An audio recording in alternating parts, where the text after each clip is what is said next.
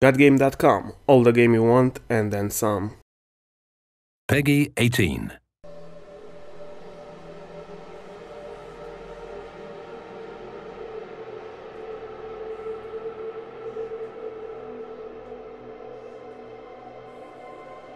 Hey everyone, I'm Joel Leschler, a producer from 2K Australia. Hi everyone, I'm James Lopez, producer at Gearbox Software. And we're here to show you a walkthrough of our E3 demo for Borderlands the Pre-Sequel. Hope you enjoy it.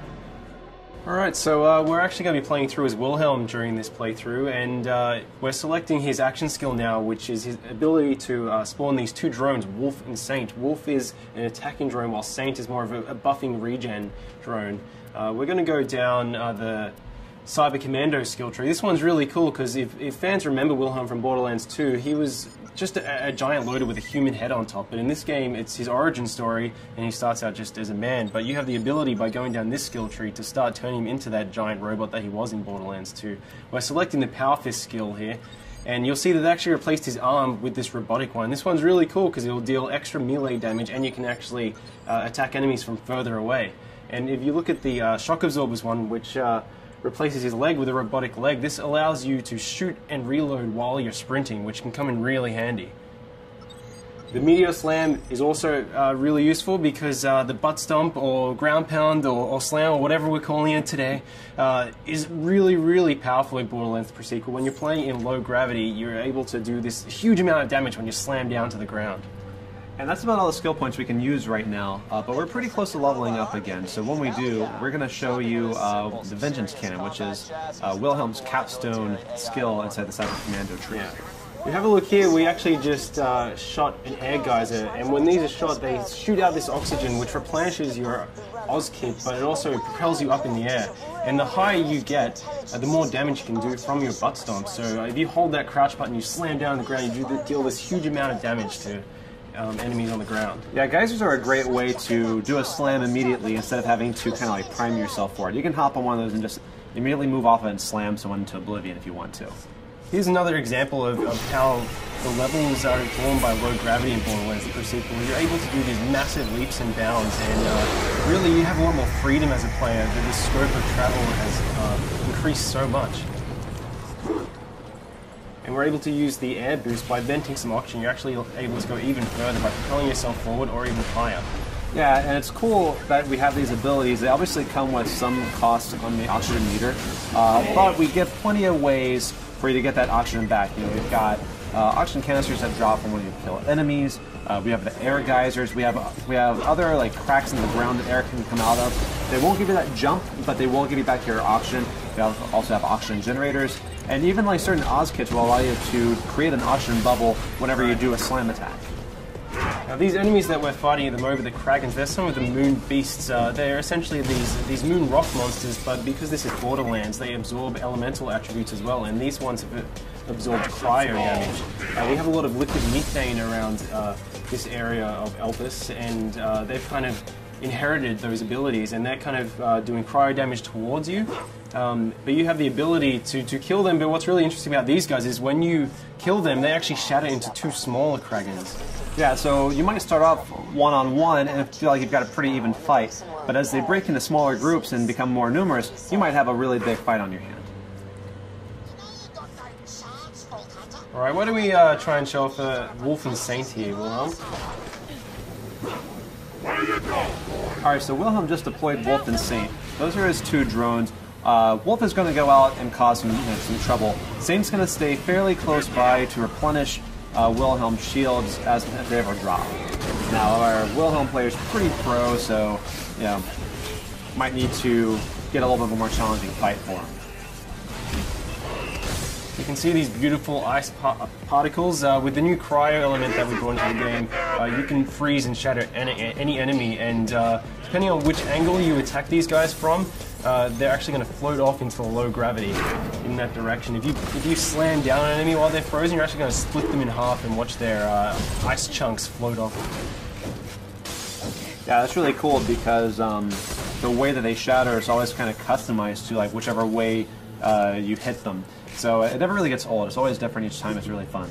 Now, our current objective in this particular level is to redirect some liquid methane. We need to get to the Drakensberg, which is this derelict Dahl ship where we've been informed there's a military AI that we can use. Jack wants to build up this robot army. He needs this military AI to use it. So we're currently trying to redirect this methane to cool off a lava river. Now, we were just fighting the Kraken, but over here you can actually see that some of the scavs are actually riding them, which you know, you gotta watch out for because you have two enemies attacking you, and whenever you kill one of these Kraken riders, you might get a couple of little Kraken riders coming out. You see, Wilhelm was also using these jump pads, so along with the oxygen geysers, we have these Dahl jump pads which are placed throughout the levels, and some of these shoot you straight up into the air, and other ones kind of propel you really far forward.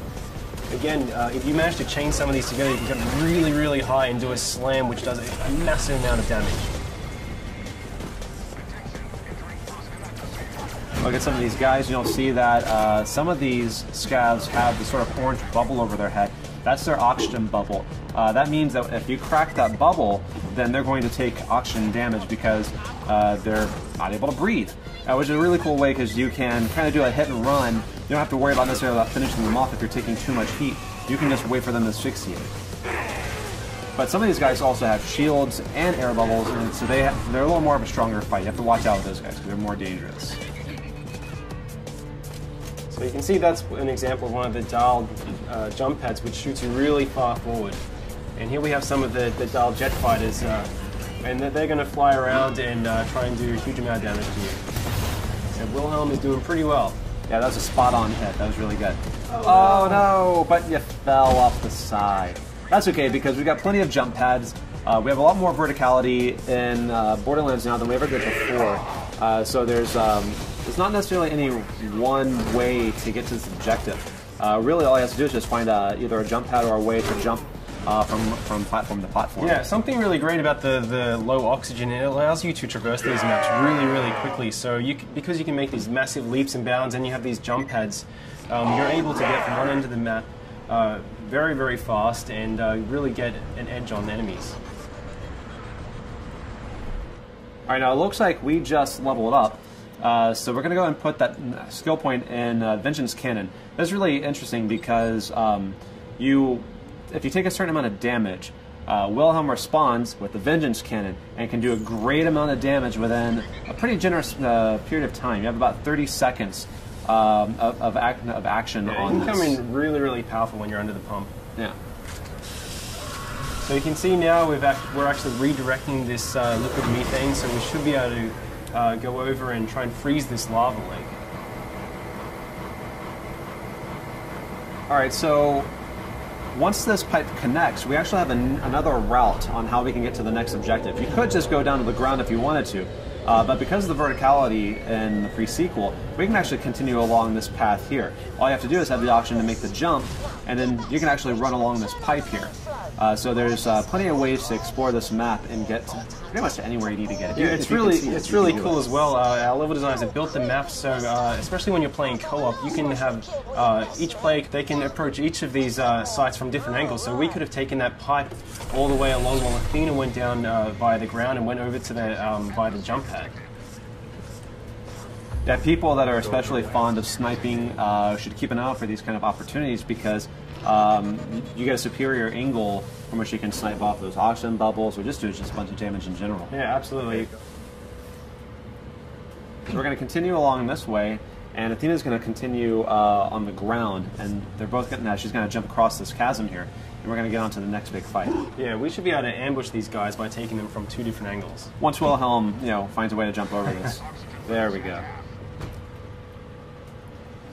Alright, so in this area here, we've got some jetpack scavs. We also have some guys that are on foot. You actually see a scav that Athena just killed just flying off in the distance. And he'll go on like that for quite some time. Yeah, if he still has any life left in him, he's getting pretty beautiful up there. Oh, yeah. Awesome. Oh, no!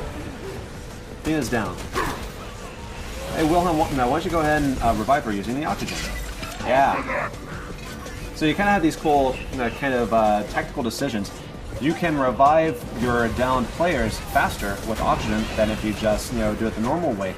But that obviously comes at a cost. But sometimes it's really good to get them in the fight faster. Beautiful. You can see we have these jetpack scabs, so all of the enemies on Elpis can take advantage of the low gravity just as much as you can. So if you're getting protection behind cover, they can actually jump over and stomp on you and invalidate your cover just like you can them. We really wanted this gravity system to go throughout every single feature in the game. We just did a pretty awesome butt stomp there. Yeah, that was solid. Here's some of our new vending machines that we're just kind of teasing as we run by them, but you can see more about them later on. All right, we're coming into the processing plant now. This is actually where you just directed the liquid methane to, and it's really important that you do this because we're going to use it to freeze a lava river so we can form a natural bridge and we can cross over to the Drakensberg from the next map.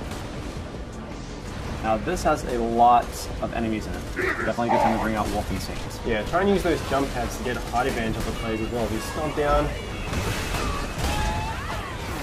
He just shocked that scav when he did that ground pound because of his because of the Oz kit that he has. It's really cool because each Oz kit can have a variety of features on it. Some of them will do your basic oxygen extension, but some also add elemental attacks. Some will create oxygen bubbles whenever you do a slam. There's a lot of layers to them because it's really important to us that our gear be relevant and offer some really cool stuff. Obviously, these sort of varieties are really important to us. Whenever we added the ice elemental, this also is represented across all gear items. So you've got it in shield, you've got it in grenade launch, you've got it in guns, and we also have lasers. Lasers support all the elementals, so we've added even more bazillions of gear. Yeah, you can see right here we have an ice laser. So we're able to shoot this beam, this kind of freeze ray, and then we can butt stomp and hopefully shatter this guy. Getting close. Nearly. Uh-oh. Remember, the higher you get, the more damage you're going to do. So, very close. Can you just take our kill? Yeah. That's okay, though. It's always next time. So it looks like we cleared out the enemies here. Let's try and get that methane onto the lava river. Sir, I've got my best people working. It is Borderlands though, so you always have to loot. That's right. Let's take all of them over. Who the hell is Ninja. that? That is the 10-year-old boy we hired to help us. You're fired, John.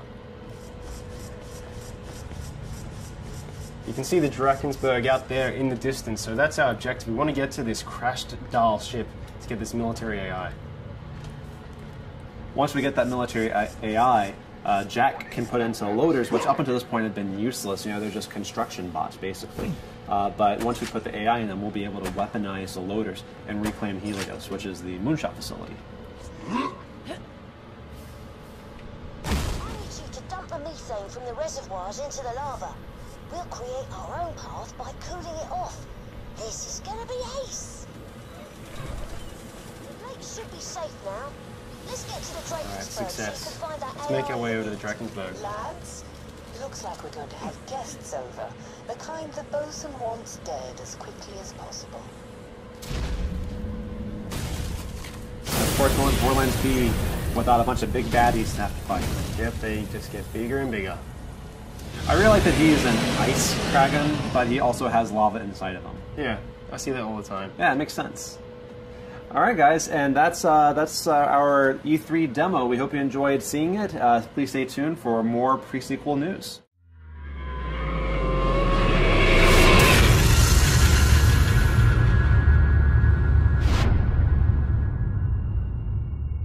You coming?